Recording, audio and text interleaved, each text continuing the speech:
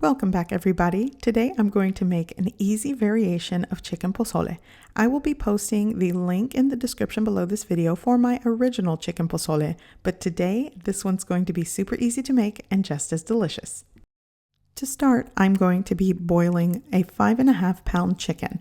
I have completely thawed this whole chicken and let it set on my counter for about 20 minutes to remove the chill. I'm going to fill an 8-quart pot with about 5 quarts of water, and I am going to bring it to a gentle rolling boil and allow it to cook for about an hour. Now, if you are working with a very cold chicken or semi-frozen, the cook time will definitely vary. So for a more even cook time, be sure that it's completely thawed. Now I'm going to add half of a small onion, 4 cloves of garlic, 2 large bay leaves, and 1 tablespoon of Mexican oregano.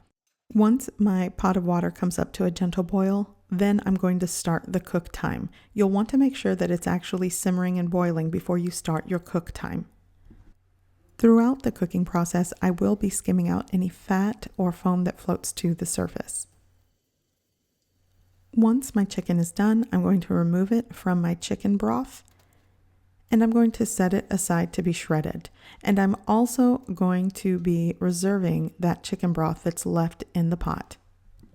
To remove anything that I didn't skim out from the chicken broth, I'm going to strain it through a strainer with a mesh cloth in there, and it'll catch anything that I didn't skim out.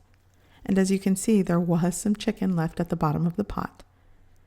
So basically, after straining your broth, you are left with a cleaner broth to be used, and this is 2.5 quarts of broth that it yielded. So now I'm just going to take 2 forks and shred all of the chicken. I'm probably going to remove most of the skin and just shred the chicken. You could also use your clean hands to shred the chicken. I actually like to let the chicken set for about 15 minutes before shredding it.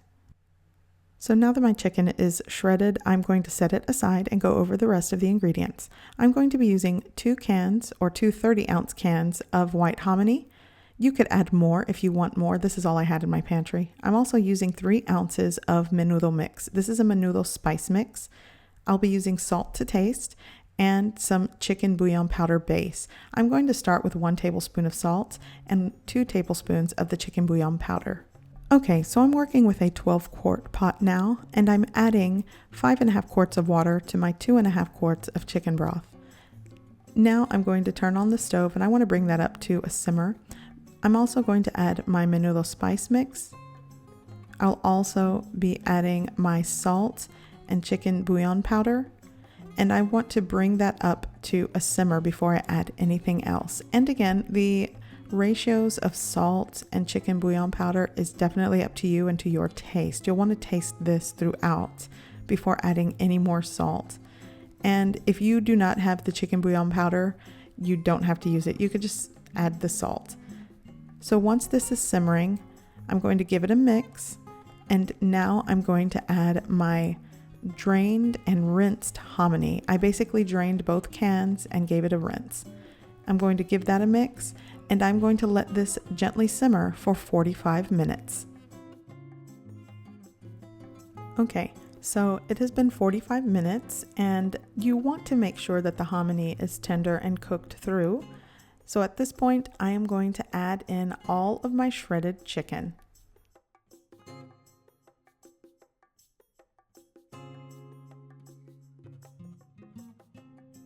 Because the chicken is completely cooked, I'm basically going to combine it in the pot and just let it continue simmering for about 15 minutes just so that it can heat through. And at this point, your pozole will be done. I'm going to be garnishing my chicken pozole with thinly sliced cabbage, some thinly sliced purple onion, and fresh lime. You definitely can garnish with anything you like. I also like to do thinly sliced cherry radish when I have it. But I'm serving a bowl and I'm going to dig in. This chicken pozole is an easy variation to making pozole, and it's so delicious. I hope you give this recipe a try. I hope you like it, and thanks for watching.